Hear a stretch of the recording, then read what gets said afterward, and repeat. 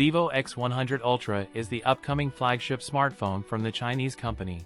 The smartphone is expected to come with top-tier camera performance, considering the great camera setup on the X100 Pro model, and this is the first looks Vivo X100 Ultra. The X100 Ultra was purportedly certified in China by 3C with the model number V2366GA. There will apparently be two versions of the X100 Ultra, this one that just got certified, a normal 5G capable device, and another one which will also feature satellite connectivity. The phone may feature a 6.78-inch AMOLED panel with a high refresh rate. The previous reports have suggested a focus on the camera department with the X100 Ultra. The phone may feature a 50MP LYT900 primary sensor paired with a 50MP ultra-wide and 50MP telephoto camera, and a 200MP periscope telephoto lens. It's powered by the Qualcomm Snapdragon 8 Gen 3, and pairs that with ample RAM and storage. The Ultra will have the big kind of battery, around 5,500 mAh.